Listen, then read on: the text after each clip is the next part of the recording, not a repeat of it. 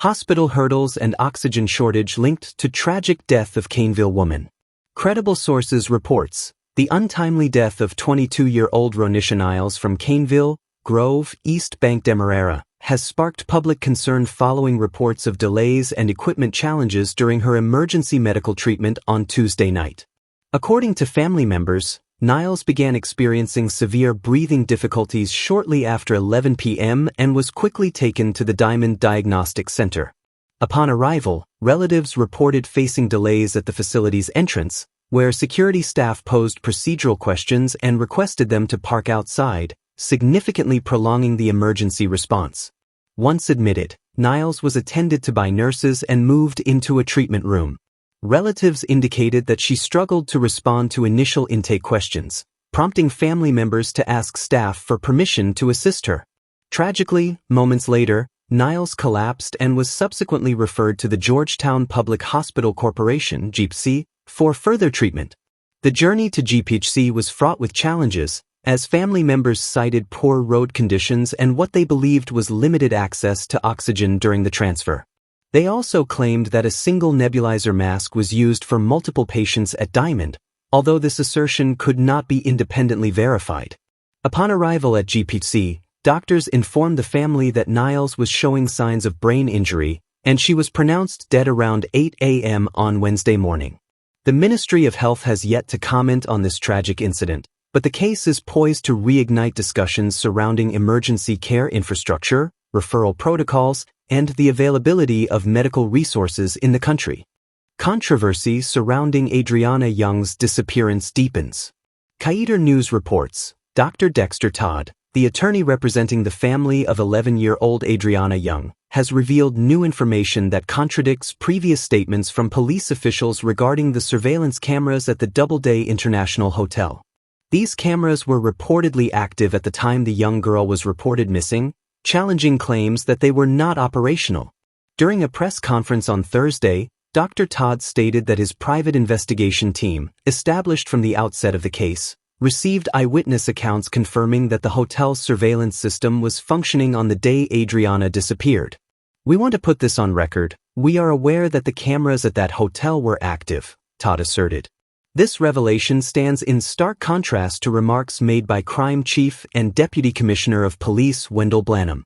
On May 12, 2025, Blanham stated at the Association of Caribbean Police Commissioners, ACCP, annual general meeting that the cameras covering the pool area were not working at the time of the incident.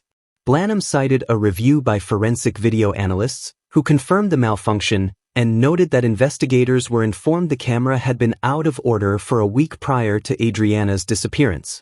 Dr. Todd, however, has challenged this narrative, asserting that witnesses observed police removing multiple DVR units from the hotel. "We are aware of the amount of DVRs that were handed over to the police that were retrieved from the hotel. There are witnesses who saw that the police removed DVRs from the building," he said, indicating discrepancies in the police's account. In an earlier interview, Dr. Todd disclosed that a private international investigative team, led by a digital forensic expert from the UK, is currently reviewing the circumstances surrounding Adriana's death. This team is analyzing surveillance footage, interviewing witnesses, and consulting with persons of interest to conduct an independent investigation. Dr. Todd emphasized that they are not interfering with the official investigation but are focused on gathering evidence to verify the police's narrative. Dr. Todd expressed growing concern over the police investigation's direction, highlighting that several critical questions remain unanswered. He noted that many individuals captured on video footage from the time of Adriana's disappearance have not been interviewed by law enforcement, raising concerns about the thoroughness of the investigation. He also questioned the integrity of the police's investigation report, which reportedly spans over 400 pages. The key person, the one who initiated the report of this young girl being missing, was never interviewed by them, he stated, pointing to potential gaps in the inquiry. Additionally, forensic pathologist Dr. Terry has raised questions regarding the investigation and the toxicology report. Dr. Todd expressed skepticism about the police's willingness to cooperate with Dr. Terry. "If the police were interested in cooperating, their posture and response to our legal team would have been quite different," he remarked. Dr. Terry has requested access to photos and videos of the pool area to determine if any hazards existed that could have trapped Adriana. She also questioned the source of the water sample used for the toxicology examination, emphasizing the need for clarity as the pool was empty during the autopsy. Adriana Young was reported missing during a family trip to Tushin, East Bank, Essequibo, and her body was discovered in the swimming pool of the Doubleday International Hotel just 20 hours after her disappearance. A post-mortem examination conducted by a team of international experts concluded that the cause of death was drowning. As investigations continue, Dr. Todd and the family remain determined to seek answers and ensure accountability in this tragic case. APNU leader Aubrey Norton addresses concerns over new political party. Aubrey Norton, the presidential candidate for the APNU and leader of the PNC/R, expressed skepticism regarding claims that the newly formed We Invest in Nationhood (WIN) party could pose a threat to the APNU and its support base. During a press conference this morning, Norton acknowledged the entrance of businessman Azruddin Mohammed into the electoral process but maintained confidence in the APNU's established support. Key points from Norton's statement. Support base resilience. Norton emphasized that Guyanese voters tend to support parties rather than individuals, suggesting that the APNU's loyal base will remain steadfast. Historical context. He referenced past local government elections where voters accepted incentives from the PPP but ultimately supported the APNU, indicating a trend he expects to see repeated. Response to WINS campaign. While acknowledging WINS outreach, Norton stated, "We are not worried about that. We know how to do our political work and we will do our political work." Ganesh Mahapal, an executive member of the PNC/R and APNU candidate, further analyzed WINS candidate list, suggesting that many candidates hail from constituencies traditionally won by the PPP/C. He highlighted that the APNU remains unfazed by WINS campaign efforts. Mahapal noted, "We have seen how these small parties operate. Every one of them, in their aftermath of securing votes, end up being in bed with the People's Progressive Party." Both leaders conveyed a unified front, assuring their supporters that the APNU remains committed to its political strategy and is not concerned about the competition posed by WIN. Police launch murder investigation following fatal shooting of Taziria Hyman. Police have initiated a murder investigation following the fatal shooting of 43-year-old Taziria Hyman, a businesswoman and clothing vendor from Lot 625 Mocha, East Bank, Demerara. The incident occurred around 2:30 p.m. at her boutique located at Lot 297 Mocha.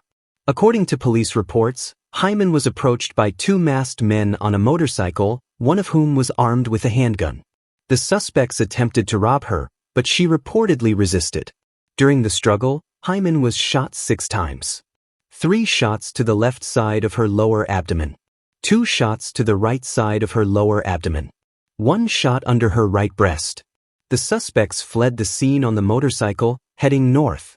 Emergency medical technicians from the Eccles Fire Service responded to the scene, and a doctor from the Georgetown Public Hospital Corporation, GPC, pronounced Hyman dead at 4:40 p.m. Police, led by Superintendent Wayne DeHart, commander of Regional Division 4B, processed the scene. Investigators recovered 2 9mm spent shells and 1 suspected projectile approximately 3 feet from the victim's body. Hyman's body has been taken to the Memorial Gardens mortuary, where it awaits a post-mortem examination. Law enforcement officials are currently reviewing surveillance footage from several nearby CCTV cameras as investigations continue. Anyone with information regarding this incident is urged to contact the nearest police station.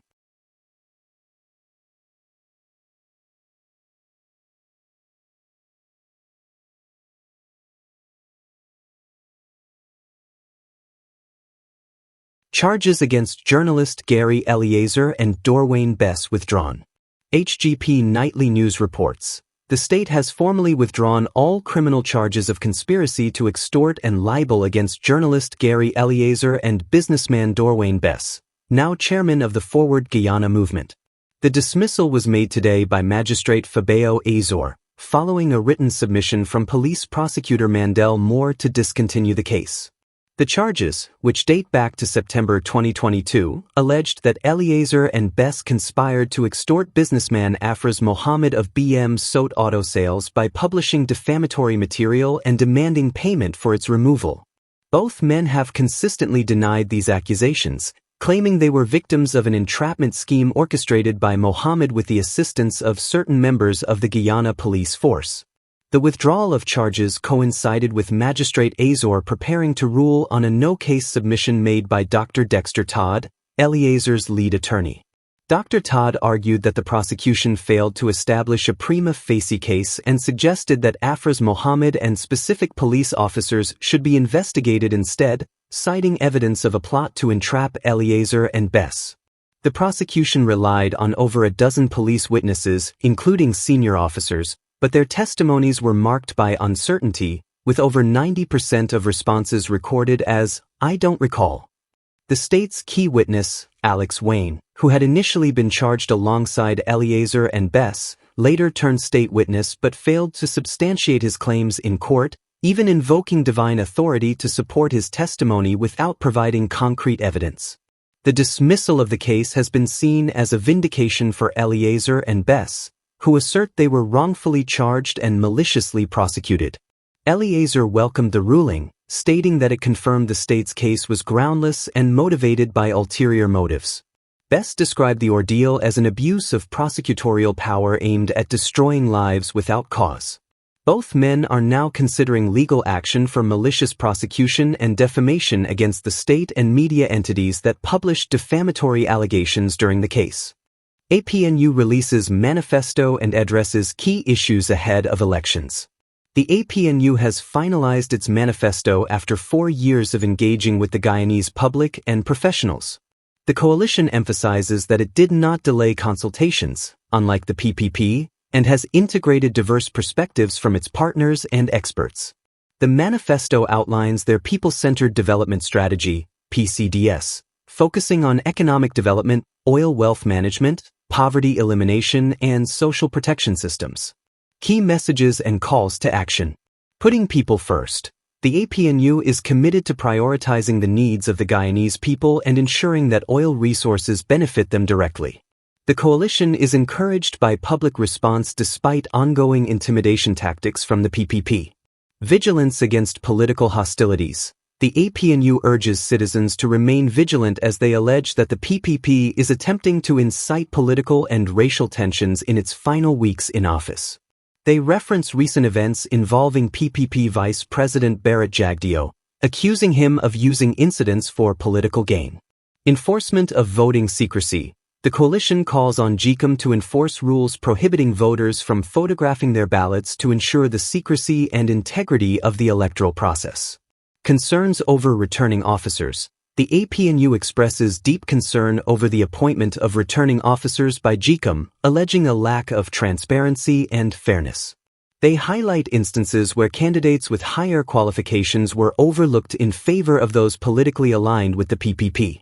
Voter registration issues. The party raises alarms about unusual voter registration practices, including hundreds of registrations at a single address, suggesting electoral manipulation. Opposition to GPL and InterEnergy Group deal. The APNU criticizes the draft public-private partnership agreement between GPL and InterEnergy Group, citing concerns over secrecy, potential job losses, and foreign control over national energy infrastructure. They demand the deal be halted and transparency ensured. Commitment to GPL workers. The APNU reassures GPL employees that under their leadership, their jobs will be protected and working conditions improved.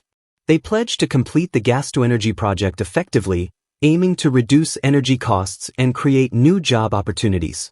The APNU coalition emphasizes a commitment to honesty, accountability, and transparency in governance, aiming to secure the prosperity and dignity of all Guyanese. As elections approach, they call for public engagement and vigilance against potential electoral manipulations. Police investigate death of taxi driver Ron Clark in Linden. Police are investigating the death of Ron Clark, a 30-year-old taxi driver from William Street, Kitty, and Lot 76 Wisrock housing scheme.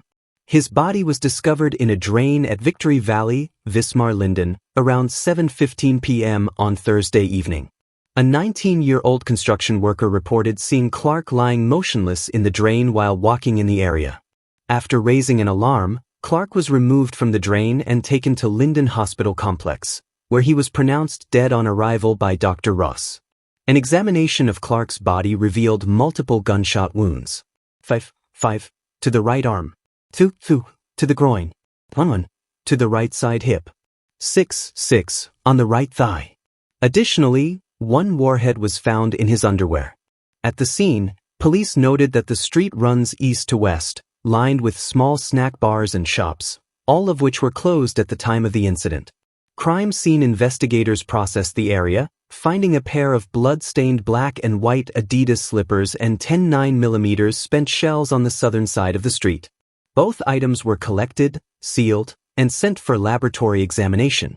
The body has been taken to Jetsko Funeral Home, pending a post-mortem examination, PME. Authorities are continuing their investigations and have questioned several individuals in the area. Bradley Sampson appears in court on multiple charges.